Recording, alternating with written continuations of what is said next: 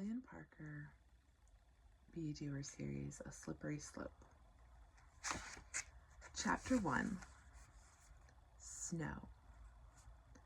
Polly! Polly! Parker yelled as he banged on her bedroom door. Look outside! It's snowing! It's snowing! After a few minutes, a very bleary-eyed Polly opened her door. Parker, it's 6 o'clock in the morning, she mumbled. I seriously can't have you waking me up so early every time it snows. But why not? It's snowing! Don't you want to play in the snow? Of course I do. But I want to play in the snow during the day, not in the middle of the night. But it's not in the middle of the night, Parker protested. It's 6 o'clock in the morning. Exactly, Polly replied as she turned away and closed the door behind her. Parker sighed. He loved his twin, but she certainly wasn't a morning person. He, on the other hand, just couldn't close his eyes once he knew that there was snow outside. The snow was calling to him, just begging him to come out and play. There were snow forts and snowmen to be built, snow battles to commence, and slopes to sled down. He just wanted to go outside and play. He bounded down the stairs and looked out the window. The snow was pretty thick, and he wondered if it would be good for building a snow fort. He glanced at the clock and sighed. Mom and Dad weren't up yet. I wonder why not, he muttered to himself. They're usually up by 6 o'clock. He placed his nose against the frosty glass and stared outside.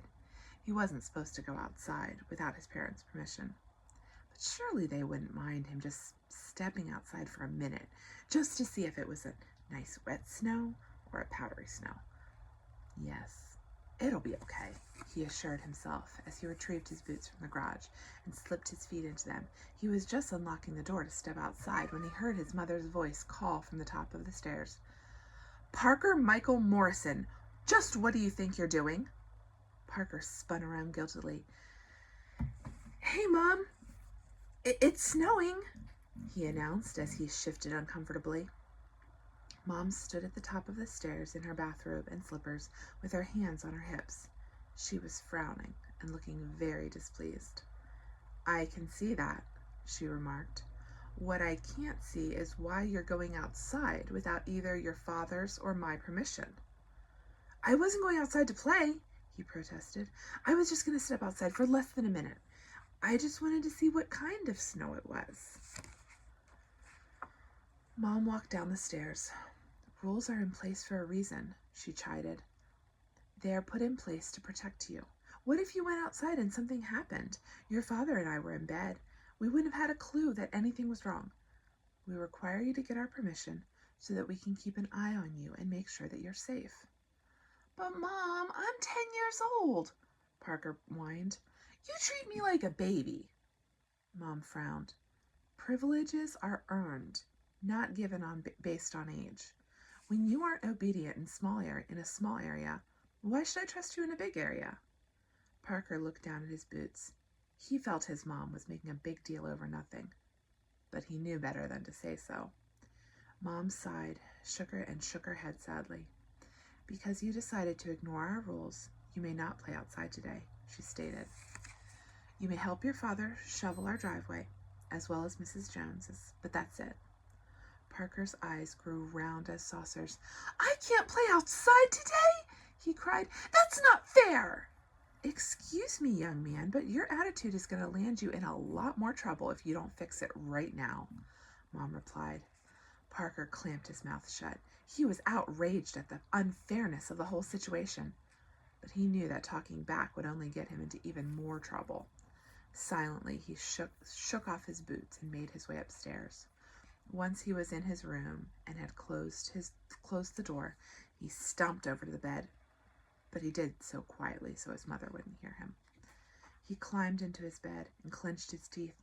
It was so unfair. How could his mother punish him that way? To not be able to play outside on such a beautiful day had to constitute cruel and unusual punishment. Would the snow still be there tomorrow? What about the snowman that needed to be made?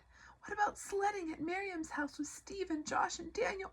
This was horrible, horrible and unacceptable.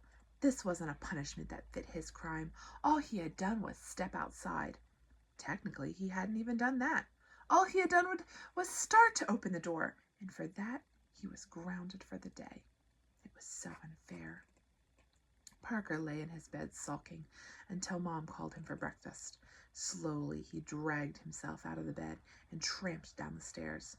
As he entered the kitchen, he saw Polly and his younger siblings, Amy and Andrew, sitting at the table. Polly looked up in surprise. "Since when do you ever sleep in?" she asked. "I didn't think you'd be able to go back to sleep with all the snow on the ground." Parker glared at her and then slumped into his seat and began to pick at his breakfast. "We already prayed together, so you can pray yourself," Mom informed him.